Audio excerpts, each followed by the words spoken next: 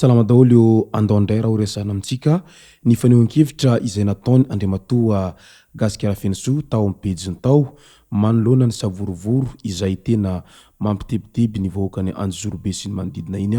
amin'izao fotoana izao amin'ny resaka tsy fandriampahalemana indrindraindrindra ny resaka kidnapping tato ato izay izany hoe ny fakanan-keriny izay misesisesy tsy mijanona mihitsy tato anatin'ny volana vitsivitsy tato ka misy 5 lahy izay fantatra fa namoy ainy moa tamin'ity herinandro ity vokatra an'izay fakanan-keriny izay ka novonoiny ireo mpakakiriny azy ireto 5 lahy ireto ka naneho hevitra mahakasika an'izay Gasikara Fensoa nilaza hoe tokony hatao aza lambo amin'izay ireo izay mpanao ratsy ao amin'ny faritry ny Anjozorobe sy ny manodidina ao amin'izay fay hoy ny tenany hatrany. Io ny fakafakaina amintsika ato anatin'ity video ity ka manasantsika rehetra anaraka an'ity video ity hatramin'ny farany azadino ny milaiky ny video antsika ary tsarovatra ny miabony amin'ny chaîne-natsika mba ahafahanareo manaraka tsy tapaka ny video izay lefa any amin'ny sisy tamotapota gasy toy izao ny fanaovana azy tsy ampiandely isika fa avetrany tonga dia vavany ndawary. Nalaza be resaka kidnapping any amin'ny faritry ny Anjozorobe sy ny manodidina any tato ato zay. Habibina no tao Anjozorobe hamaha olana sa fihetsiketsehana mba ho hita fotsiny ny antony fidinany ireo mpitandro filaminana taorian'izay Habibina izay niseho tao Anjozorobe izay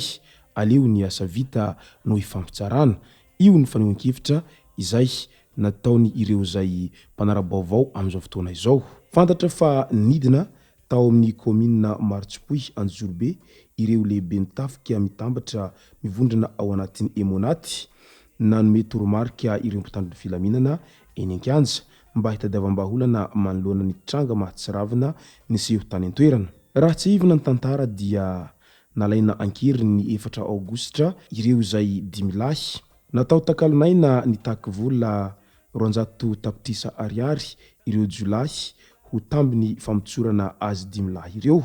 saingy raha ny fanazavana dia tsy nanana aneo vola io ny fianakaviana. Herinandro maromaro izy 5 lahy no teo ampelantanan'ny dahalo mpakakeriny.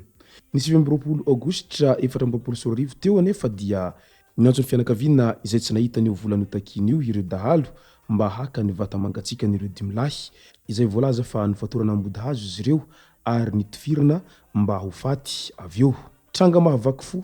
mampivarahontsana ity seho ity izay mpampianatra frama ary misy tanora vao 17 taona monja afaka baccalauréat tamin'ity taona ity no maty natao takalonaina ireo. Miorohoro araka izany ny vahoaka amin'ny faritra 3 izay mpifanila bodirindrina Analamanga, Betsiboka, Alaotra Mangoro. Tranga tahaka izao no ilana ny traikefa sy ny fahaiza-manao ny mpitandro filaminana fa arantsika no mety tohiny ity tantara ity. Tena mahavaky fo tokoa ity tranga izay niseho tao Anjozorobe ity satria raha vantany vao tsy nahaloa an'ilay vola izay notakian'ireo jolahy ny fianakaviana dia avy hatrany niditra amin'izay famonona tamin'ny fomba fianabibina izay ireo jolahy izay pakan-keriny ka maro mametra-panontaniana amin'ilay hoe oviana ihany mba tena fongotra hatramin'ny fakany ity resaka tapazotra ny jolahy izay mpakakeriny ao amin'ny faritry ny Anjozorobe ao satria mantsy raha tato ato zay dia zany foana no heno isan'andro vaky izao. Aiza ho aiza no tena fandraisana andraikitra izay ataon'ny mpitandro filaminana manoloana an'izay tebiteby lava izay mahazo ny vahoaka mipetraka amin'iny manodidina iny ary tena manahy mafy izy ireo amin'ny ain'izy ireo manoloana an'izay asa ratsy resaka fakanan-keriny izay. Hosetrin'izay dia naneho hevitra Andriamatoa Gasikara Fensoa amin'ny mahasombam-bahoaka izay voafidy tao amboroborotany fahatelo azy ary ny amin'ny mahamalagasy azy ihany koa raha vantany vao nahita anireto mpiray tanindrazana izay 5 lahy novonoina tamin'ny fomba feno habibina ireto. Nilaza ankitsirano i Gasikara Fensoa ary mazava ny teniny izay hafatra nalefany ho an'ny mpitandro ny filaminana. Raha Anjozorobe atao fahazalambo ireo mpakan-keriny. miarahory amin'ny vahoaka ny Marotsipoy Anjorobe amin'izao fahoriana lehibe izay mahazo anareo izao ny tenako. Efa habibiana tsy takatry ny sain'olombelona intsony no ataon'ireo dahalo izay maka takalonaina izay namonina hafaty tsy nisy hantra olona 5 be izao. Miorohoro ny vahoaka ary rehefa tsy misy ny fandriam-pahalemana dia tsy afa-mivelona sy mamelona ny fianakaviana intsony izy ireo ary mitombo hatrany ny fahantrana efa mianjady sy hiainan'ny vahoaka malagasy amin'izao fotoana izao. Sokajiana ho fahavalom-pirenena sy ny vahoaka voalohany izany hoe ennemi public numéro 1 ireo nahavanina an'izao habibiana izao ka tokony hatao hazalambo hanetsehan'ny fanjakana ny heriny rehetra na olona na fitaovana hamongorana ireo olon-dratsy. Mila ny mitondra fanjakana mijoro eo anilan'ny vahoaka anio isika. Mila nitandroka ary nivozony ny vahoaka anio. Midika izany fa tena efa manao antso avo tsy tapaka amin'ny fitondram-panjakana sy ny mpitandro filaminana rehetra ny vahoaka ny Anjorobe sy ny manodidina iny